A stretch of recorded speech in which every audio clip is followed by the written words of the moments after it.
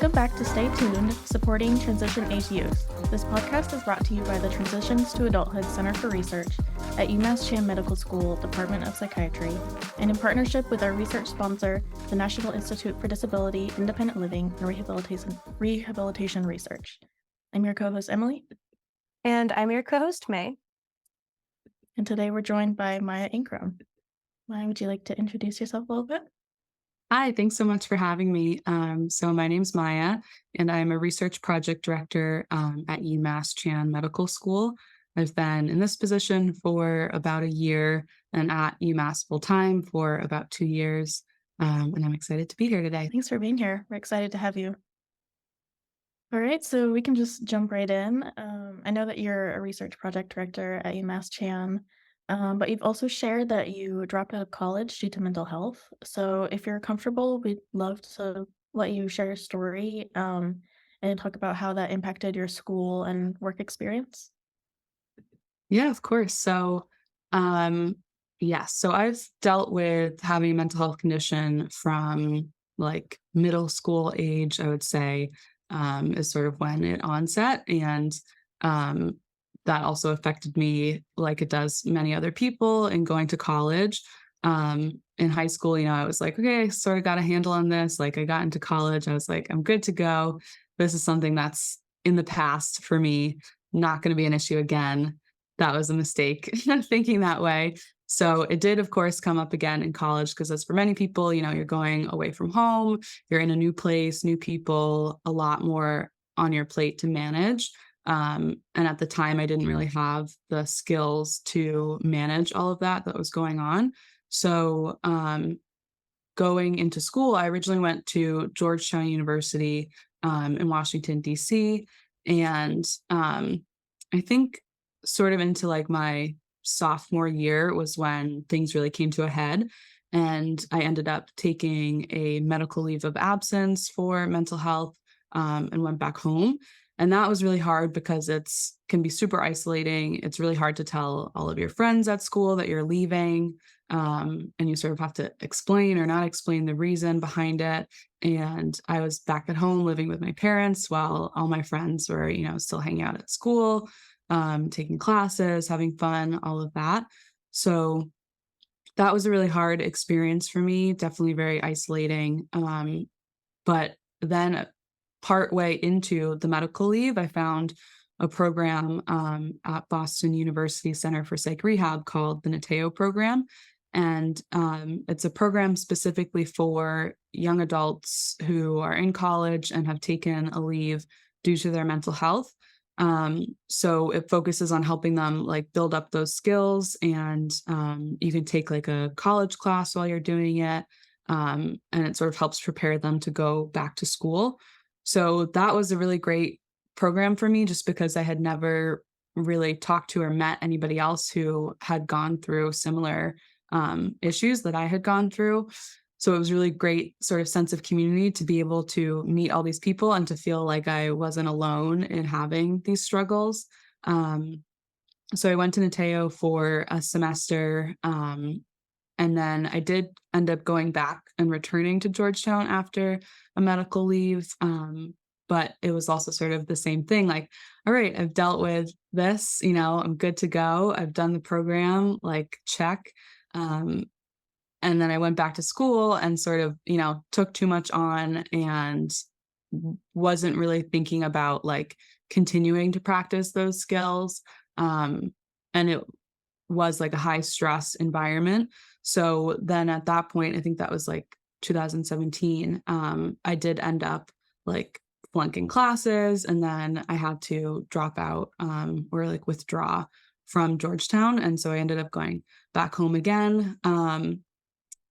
That was also really hard, but at this point I had already had a good like support system sort of set up. So I went back to the S.T.A.Y program, and that's how I started peer mentoring. Because at the time, one of my previous friends who was at the program with me had decided to start a peer mentoring program at S.T.A.Y.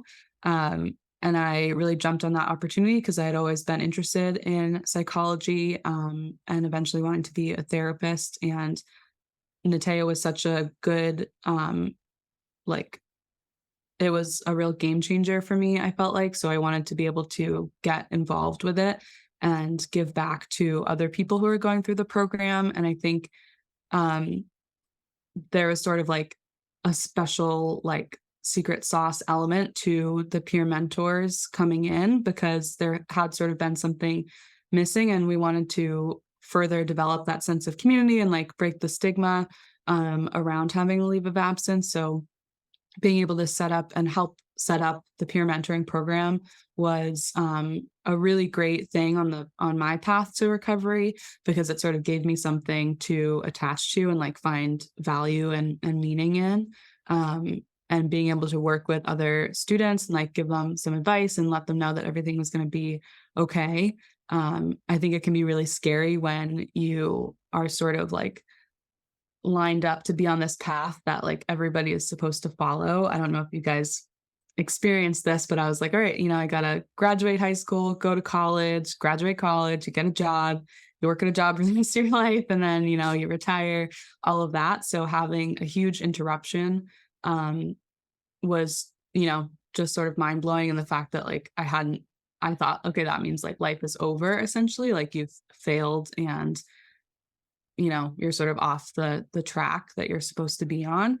So it was really nice to be able to meet these new students who were coming in and let them know, like, hey, like, I dropped out of school. Life is still going for me. Like, things are going to be okay. You're here now. You're getting help. Like, it's all like you can choose different paths in life and you can still move forward and like achieve your goals. In different ways. It doesn't have to always be on the set path that you think you have to go on. Wow. Well, yeah, that's great that you found that program, and that it was so helpful. And yeah, it sounds like you were able to, give back and do the same for other people. And I know that you've done some other like peer mentor work. So I'm sure that helped, shape where you are today and your current job and everything. Yeah. So once I was back peer mentoring at Nateo, I think that was sort of the start for me to get back to school. So I knew always that I wanted to like get back to school and be able to graduate and get a degree so that I could get like a full-time job in the future. But I started out doing the peer mentoring thing and then it was sort of just like through connections and like a bit of networking. And I say networking with like quotes around it because it was more just like, some people at Nateo, new people here at UMass Chan, at the transition center. And so I got in contact with them and I was able to work part time as a research interviewer for the PASS study. And since I was at BU, they were like launching it at BU. So I helped out with recruiting participants and getting them signed up for the study, and I administered like the surveys and the research interviews. And that was really great to feel some sort of like accomplishment and like I was a part of something as well, and to sort of build up on the part time peer mentoring work I was doing. Um, and as I was sort of like practicing those skills and being in recovery. So yeah, so I did the research interviewing thing, and then I ended up getting another part-time job, and I sort of just kept, like, adding them on until I was at, like, filling my time. Um, so I did another part-time job helping to launch a program at Georgetown, to also help students who are on leaves of absence from Georgetown.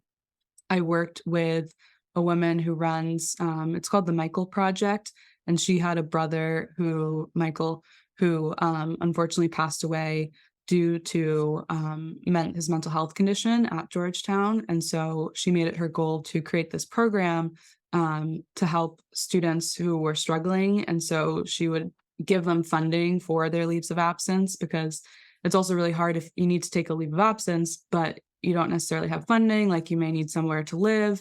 And so students in the program could like sort of apply to do something during their leave. And that could be anything from like professional development to creating a music album.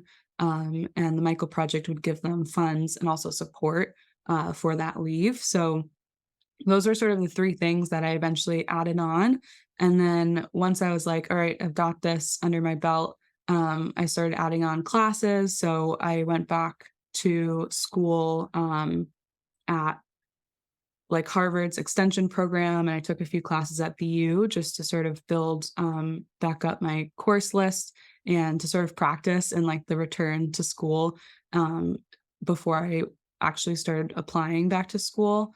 Um, so once I had done that for a couple semesters, I applied to a bunch of schools. I think like 6 or 8, one fall. And then the next spring, I got all rejections back from them for my first time applying. That was really hard to hear. Um, Most of them didn't really give an explanation. I reached out to everybody asking like why or if there's anything I could do to sort of like bolster my application. And only one school got back to me actually, and that was Clark University. And they said that they really like appreciated my application and thought I was great, but that I just needed to take like one more semester of classes. So I was able to do that, and then they got back to me after I sent in my transcript from those classes, and then they accepted me for the next fall. So it's hard when you drop out and you have a mental health condition. There's definitely a lot of stigma and like a lack of understanding out there. And it was definitely a vulnerable position to be in, putting yourself back out there and trying to get back into school, especially having to like explain like the gap in your education history or like the gaps in your resume if it's been interrupted due to a mental health condition. So I really appreciated the people at Clark who saw like the progress that I had made, and appreciated that journey for like the growth that it showed instead of sort of judging like, due to stigma. Um, so then I went to Clark and I graduated back in 2021. And since then, I had also been a part of some different advisory boards here at UMass Chan. And I started working part-time on the Hype on Campus study to help do some qualitative interviews. So I had kept, while I was in school, like my connections to the Transition Center and to the Nateo program. And then it just so happened that as I was graduating, there were some research coordinator positions that opened up. So I applied here to be a research coordinator. And I really appreciate the center's push to really hire people with mental health conditions specifically, because a lot of places, don't do that or don't put value on it, even if they are in the mental health field. And I think that's a really important part of where we work is that we do have the culture of hiring people with mental health conditions and sort of like reducing that stigma so that people can be open about it at the places that they work. And it helped me to sort of shift the mindset of like, okay, you have this like secret sort of thing that you have to hide and like lie about or, cover up when you're applying to a job.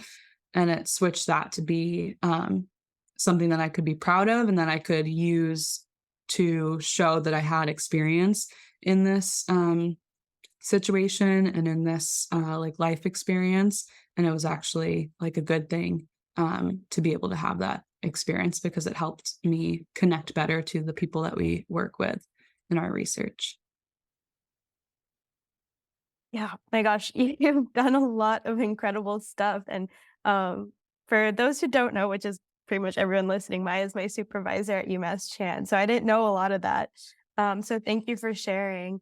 And yeah, hearing about that program you helped out with at Georgetown, I'm sure was huge. Considering like you probably could have used that and a ton of other kids could have used that. Um, but well, first of all, I also had like a bit of a non-linear, didn't quite I went to high school, took a semester off before starting college. I struggled a lot my senior year with my mental health, and I thought everything would be fine. I'm in college. I like relate so much to that. And then I get to college and I never ended up dropping out of college, but it was because I was so scared to have that gap in my academic career. And, I was afraid that, okay, if I drop out, like, how am I going to get back in? Um, stigma played a huge, huge role into that. And I feel like that is especially hard I feel like there's a lot of people who put a lot of pressure on themselves to be a bit of an overachiever, despite having a really tough mental health condition. And so there is definitely that internal struggle of, I'm having a really hard time right now, but I'm also very afraid for, my future and my personal expectations. And I'm not trying to speak for you, Maya, but I feel like that's what I went through. And it's really inspiring to hear someone's story, of where, they did take the time off that they needed, but still are in, such a great position today and were able to build themselves back up. Yeah, no, I totally agree with everything you said. Like, it really is sort of those expectations that like we put on ourselves, but also are sort of put on us through like our parents or community or just general society. And I felt the same way. Like, I tried as hard as I could, to stay in and to resist it. But um, at a certain point, I was just, struggling too much. And I think it can be dangerous because for some people, if you think that that's the only option is to either, like stay in because life can't really like continue in the way that you want it to after, it really does put people at risk for like harming themselves or for suicide, because we have such like rigid perspectives on like how to be successful in life. And like I think Michelle talked about this when she was on the podcast, but like having a mental health condition, generally society thinks of it as something that's like super, super disabling. And like it's something that you can't be independent while having a mental health condition, which just isn't true. And it's really hard to see that until you either experience it or you see somebody else or hear about somebody else's story. So it's always been super important to me, since becoming a peer mentor, to sort of try to be brave about sharing my story and to not feel like ashamed of it because without other people sharing their stories, I never would have thought that like I could have a life after dropping out of college. And it was actually, I think like Amanda Costa did like a video with the transition center that they showed at the Nateo program. And I was like, wow, like, she can do that and like have a job and like, have a career. And I think there's also like some people on a podcast that I listened to at the time who talked about having dropped out of college and then they had like a successful podcast. And I was like, that was sort of my backup plan. I was like, you know what, if I don't get back to school, I'll just have a successful podcast and then I'll be totally fine. Well, now look at you. You're on a No. podcast. And I'm on a podcast. Yeah. That's funny too, because I remember like last summer, when before May joined, before she became the co-host, you and I did one episode together. So people can go and listen to that.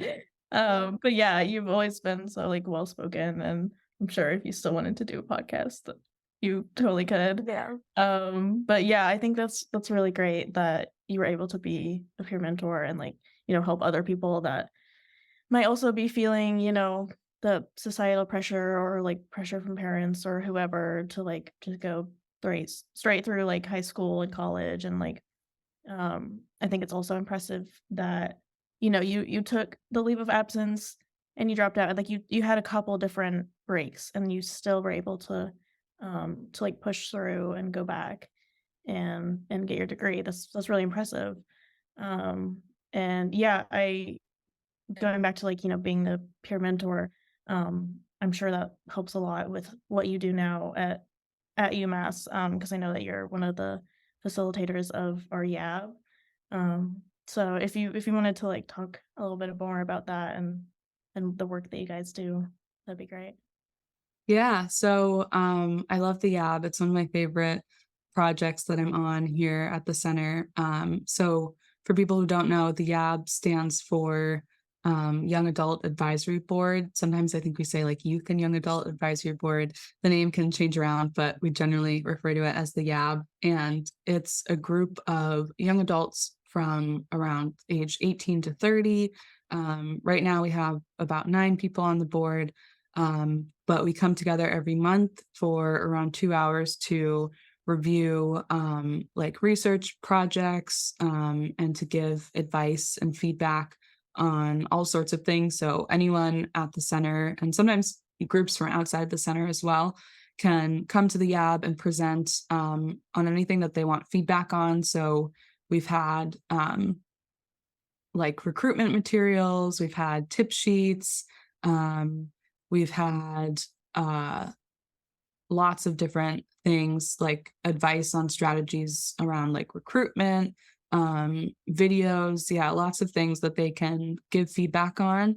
And it's a really important sort of like cornerstone of our center because it's meant to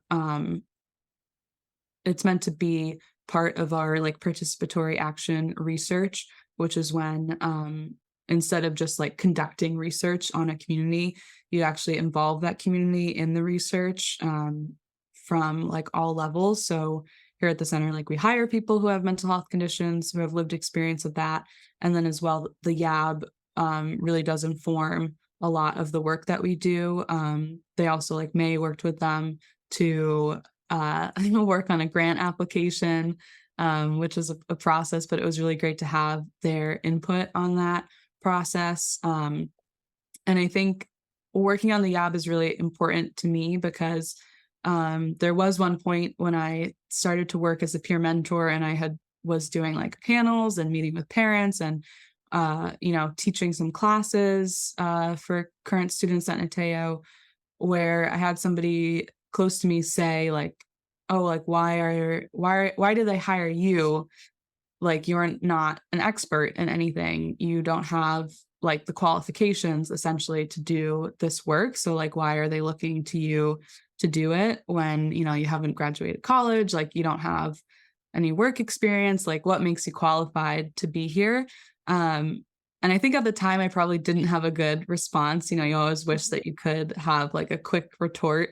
It was not that type of situation, but like later, a few hours later, when I was thinking back about it, I did have a response, which was that having lived experience does really make you an expert. And everybody's an expert in their own experience. And even for myself, like I have experience with a certain number of things related to having a mental health condition, but there's a lot that I don't have experience in, like I don't have experience in other conditions. I was never hospitalized. Like, I don't have experience with the justice system.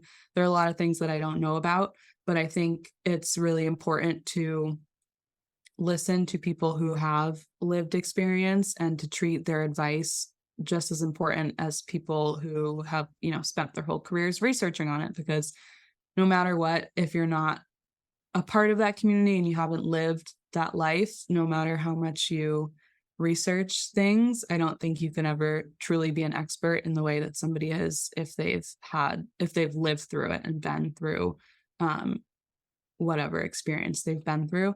So that's a really important part of the YAB, is that everyone there has had experience with a variety of things. We've people who were in foster care, who have experience with the justice system, people of color, people from the LGBTQ community, people with mental health conditions.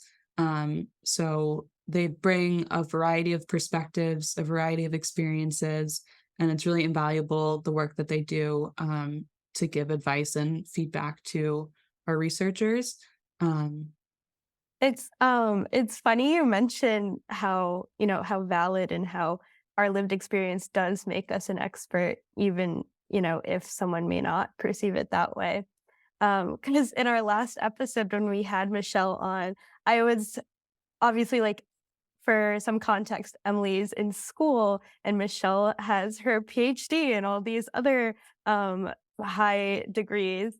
And so I kept on saying like, I'm sorry I keep on referring to my like own experience, that's like all I know. And I know that's not really, I just kept on kind of like um invalidating what I was saying. And then she took a second and she like totally dunked on me. She was like, "No, like, that does make you an expert. That's so valid in itself." And, so I appreciate hearing that again because I feel like I tend to forget that, everyone's lived experience does bring something very important to the table. Yeah, and it's easy to, like, forget that too, like, with yourself, and like Maya, with what that person said to you about, like, "What qualifications do you have?" It's like I don't know, I feel like that's terrible that they said that to you, but I think that's a reality for a lot of people with mental health conditions. I feel the same about, like, when I came to the center, like, it was really, one of the things that drew me here was that they prioritize mental health, like, lived experience so much, and that they actually want to hire people, like young adults with mental health conditions, because it can be really hard to find that, and obviously, like, we're in this field, so it's a little bit easier, for us to find somewhere that's accepting because that's the work that we do. But yeah, I think it's definitely really important for people just to remember in general that, like, you can only do so much research, and, like, if you don't have that experience yourself, whether it's with a mental health condition or something else, it's really important to listen to people who actually do have that, even if they're not, like, you know, quote unquote, like, qualified or whatever. Like, what does that even mean? So yeah, I always admire the YAB, and I think that what you guys do is great. Um, and yeah, it's great that you found your way here, and that despite everything, you were able to find a job that, you can be yourself in, and your lived experience is, like, actually valued. Yeah, it's really nice to feel, like, valued for that experience and not, like, in spite of it. And I totally agree with what both of you have said. It can be really hard to, like, remember that and to, remember that it is valuable. Um, but I think too, it's like there's all sorts of different qualifications, like there's traditional qualifications and like, all right, I've had X job for this amount of years, or I have this many degrees. But in lots of different societies, like over the course of history, like, qualifications can mean different things. Like you can also just have experience in the way that you've lived or the things that you've been through. And like that's also really valuable to have like knowledge. Knowledge can be gained in a variety of different ways, not just in the traditional like school or work ways. We grow and we learn like every day just in our daily experiences. And I think it's really important to put value on that despite how our society is sort of like set up to not value it. I think, um sorry, I'm having trouble talking today. Um, You got this. something one of the features of was it called the Michael project? Was that what it was called? Yeah. One of the features you talked about of the Michael project of how they would give students money to kind of pursue, um, anything is what it sounded like. Yeah. Like, you talked about how, they would even give students to pursue, like, creating a music album.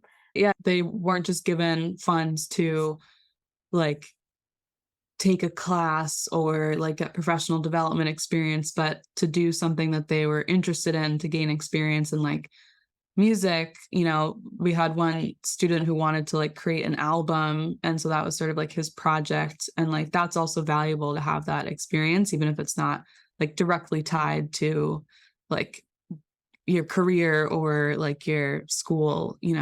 Exactly, you got it on the nose. I feel like more and more people are coming to this understanding that degrees, academic degrees, aren't the only thing that matters, and, um, just a general appreciation of everything that someone could possibly offer, whether that's art or, cooking or, just any sort of endeavor, beyond a classic bachelor's degree. Yeah, especially because like those things are becoming more and more inaccessible. Like getting a degree is like more expensive than ever at this point, and getting a job is really hard in this day and age. So it's like there's a lot else that we should put value on because not everybody's going to go down that same path. anymore, and it's not as accessible for everyone to go down that same path. Yeah, that's another really good point. Um, um, but I feel like, referring back to my own lived experience and how tough it was to kind of keep going sometimes. You did so much. You did so much. And, you talked about how when you reapplied to schools, you applied to like 8 and they were all rejections. Like, how did you keep yourself going and keep yourself motivated? Yeah, that's a really good question. It was definitely really hard when I got all those rejections back. I was like crying, I was so upset, like it was rough.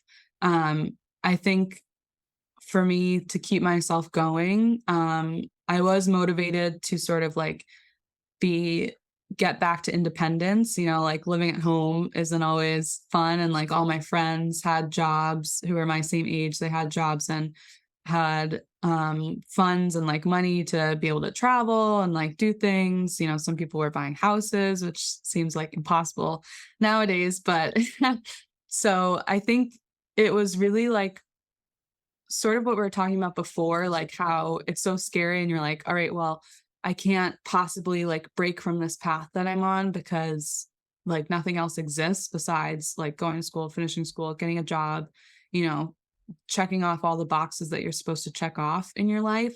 So once I was sort of like not intentionally, but once I broke through those barriers and that box that I was put in and I made it and I was like, okay, like everything's okay. Like my life isn't what I thought it was gonna be at this point, but I was alive and like I was happy, happier than I had been when I was in school. So it sort of just like clicked for me and I was like, you know what? No matter what, like even if bad things happen, I can keep going because I had sort of already gotten through what I feel like was the lowest point in my life. And even though it was such a low point and it was a really hard thing to go through, everything since then, like, if I could go back, I would still do it all over again because, without that, like, I wouldn't be here. I wouldn't have met my fiancé, so I wouldn't have this job, like, I wouldn't have met the people who I know in my life now, and once you go through something that's really, really hard, um, and I sort of made a decision at that point that I wasn't gonna let anything else, like, really keep me down and that I would keep going even if I messed up or, like, flunked out again. I was like, "I'm just gonna keep going and I'm gonna keep trying because that's all that really matters, not really if you're successful, but if you keep trying." So I think that's what helped me work through, when I got all those rejections. And it's hard because I think something that I was scared of the most was failure. So actually failing, like if you're scared of failure and then you actually fail, you realize that it's not that scary anymore. So I was like, all right, well, I already flunked out of college. So getting 8 rejections is like not that bad in the grand scheme of things. It's not that bad. And I was still able to go and like reach out to all of them, which I never would have done beforehand because I would have been too afraid for them to say, like, all right, here's exactly why you were rejected. All of these reasons. Nobody actually got back to me with reasons why I was rejected, except for Clark. So it wasn't it wasn't as bad as flunking out of college, and that's sort of what I would tell myself is like, "All right, you've already been through that. You can, keep going through anything else." Yeah, that's really inspiring. I really like what you said about failure and, like you've already flunked out and like what are these 8 rejections? Like you've already been to the worst. And yeah, I feel like hopefully someone listening who might be in a similar position is gonna hear that and be like, oh yeah, like maybe I won't take the traditional path or, what's sort of expected for people, just like the cookie cutter sort of path. But I mean, look, you still got to where you are today and you're happy and you have a good job and a fiance and like um, yeah, I think it's just really it speaks to how, like, everybody's path can be individual and, like, you don't have to go through exactly what society, like, says you're supposed to do. So yeah, thank you for sharing your story. Yeah, of course. I just think it's so important to like remember to take care of yourself over anything else, especially if you're like holding yourself to high standards, like it's always worth it to go in the direction where like you're going to be able to take care of yourself in the best way. So if something's like really stressful or just exacerbating like a mental health condition that you have, there's always going to be an out. There's always another option, and you can always make it through. It might take a little bit, it might take a few more rejections, but if you keep going, I feel like this is a cliche, but things do get better. I Yeah. feel like it's a cliche for a reason, and, I admire your tenacity so much, and I feel like this is such big sister advice I've been listening to because, although I'm nowhere near where I was, I'm not rock bottom or anything with my mental health, but there's still ups and downs, and I'm still figuring out my next steps, and sometimes it feels like I don't wanna stray from the linear path that I've managed to keep myself on no matter, although it was tough. But it's nice to hear that it will be okay even if I stray from the current path I'm on. Yeah, 100%. Like one of my number one, like sort of like phrases that I say to myself is that progress isn't always linear because like sometimes like I would tell my story at different panels or things and people would be like, "Oh wow, like you like came from this point and then now you're like here and everything's great and everything's fine." But it's like I still deal with my mental health condition all the time and I have to constantly remind myself not to get back into that mindset that led me to flunking out and taking medical leave, because it's only when I assume or when I think like, all right, I'm good, like everything's fine and I'm never going to struggle again. And that's when you're not sort of watching and you're not thinking about it or you're not taking care of yourself, that's when things can start to be hard again. And I think for a lot of people, like a mental health condition is a lifelong thing. Like um, mental health conditions, psychiatric conditions can be considered a disability. And for a lot of people, it's something that they're going to deal with for their whole life. So I think it's super important to remember that progress isn't always linear. And like I took a medical leave and went to a whole program, thought I was great. And then immediately after I flunked out. Like, so it's like, you go through ups and downs.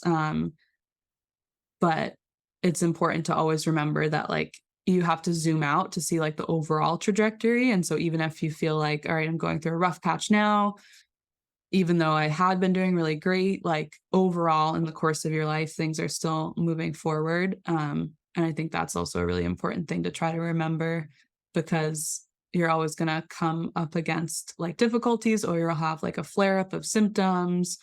And two, sometimes it can just like you can get out of practice if things are going really well and you don't actually have that many challenges to like face. When a challenge does come up, you're going to be out of practice and dealing with it. So, definitely for anybody out there who has a mental health condition, just like, stay in therapy, like keep practicing your tools and skills and different strategies. It's important to like do regular maintenance, for yourself and your mental well-being. Yeah. But I think that should be the title of the episode. Progress isn't linear. I Progress feel like isn't that was linear. was I'm perfect. writing that That down. wraps it up in a nice little bow. I love it.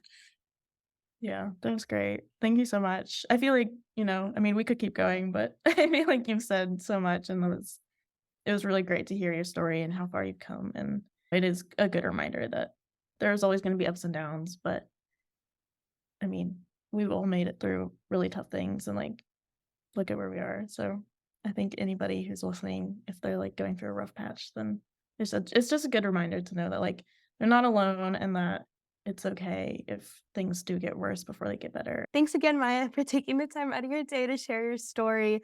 I can definitely say for myself that was an incredibly uplifting 40 minutes of chatting with you. Thank you both so much for having me. I've been a big fan of the podcast, so I'm really excited that I can make my return as a guest. But I'm really happy and excited about all the work that you guys have been doing on this podcast.